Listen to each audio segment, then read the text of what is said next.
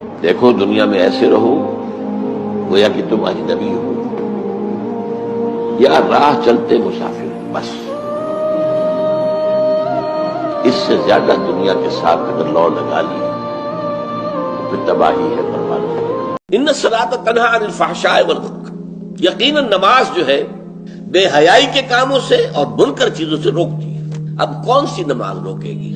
ہماری نماز نہیں روکتی۔ کیوں نہیں روکتی؟ ہماری نماز کی روح موجود نہیں۔ روح تو کیا دور آئے گی، ہمیں تو یہی پتہ نہیں ہوتا ہم پڑھ کیا رہے ہیں۔ It's a parrot like repetition, یاد ہے بس پڑھ دیا جلدی سے جلدی کیا اور اللہ فیصلہ۔ اور چونکہ اس وقت اس کا آپ کا ذہن جو ہے وہ اس کام میں مصروف ہی نہیں ہے کہ وہ سمجھے کہ آپ کیا کہہ رہے ہیں، لہذا خالی ذہن تو رہ نہیں سکتا۔ اس وقت آپ کے ذہن میں سب مسائل آ جائیں گے، دکان میں فلاں چیز کم ہو گئی تھی، مجھے خرید کے لانی تھی، فلاں معاملہ یہ تھا، فلاں جو ہے جو افسر نے وہ فائل کے بارے میں کہا تھا وہ ابھی تک تلاش نہیں ہو سکی ہے، وہ کرنی وہ آ جائے گی۔ اس لیے کہ دماغ جو ہے خالی نہیں رہ سکتا۔ جب آپ کا دماغ نماز کے اندر انوالوڈ نہیں ہے تو ویکوم رہ نہیں سکتا اس دماغ میں، پھر وہ چیزیں آپ کی آئیں، اسی کے اوپر آپ کھڑے ہو کر زبان آپ کی پڑھ رہی ہوگی اور دماغ کہیں اور ہوگا۔ حضور نے فرمایا اللہ کی لعنت ہو ان پر جو لباس پہن کے بھی ننگی ہوتی ہے۔ حضرت ام خلاد خاتون تھی، ان کا بیٹا ایک غزوے میں شہید ہو گیا۔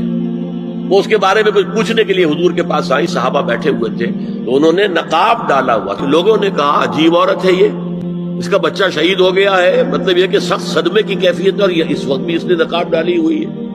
تو انہوں نے جواب دیا میں نے بیٹا کھویا ہے، اپنی حیا نہیں کھوئی ہے۔ مجھے میرے رب کی اجازت نہیں ہے کہ میں اسے پکاروں، مدد مانگوں گا اللہ سے، دعا کروں گا اللہ سے، استغاثہ کروں گا اللہ سے، تکلیف کے لیے دہائی دوں گا اللہ کی۔ اب اللہ جس سے چاہے کروا دے، کسی روح کو بھیج دے، کسی فرشتے کو بھیج دے، مجھے کیا ہے، مجھے آم کھانے ہیں، پیڑ نہیں گننے۔ فلاں روح نے آگے کام کر دیا، کرے بھائی، میرا کام بننا چاہیے۔ اور فرشتہ آ گیا، اس نے کام بنا دیا، کرے، مجھے کیا غرض ہے اس سے، میرا کام بننا چاہیے۔ میرا مسئلہ یہ ہے کہ مجھے پکارنا ہے صرف اللہ۔ اللہ کو اس کی بھی قدرت ہے کسی کو نہ بھیجے، نہ کسی روح کو بھیجے، نہ ملائکہ کو بھیجے، بغیر کسی کے جو چاہے کر دے۔ اللہ کا مرضی ہے، وہ چاہے کسی روح کو بھیج دے، کسی فرشتے کو بھیج دے، مجھے اس سے غرض ہی کوئی نہیں۔ مجھے تو اپنی تکلیف کا دور ہونا مطلوب ہے، اس کے لیے میں پکاروں گا۔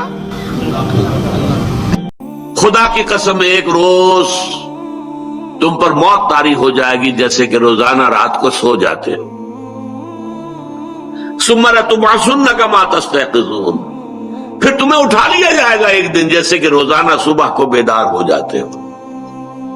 ثم لتحسبن بما تعملون، پھر تمہارا محاسبہ ہوگا، حساب کتاب ہوگا جو عمل تم کر رہے ہو اس وقت۔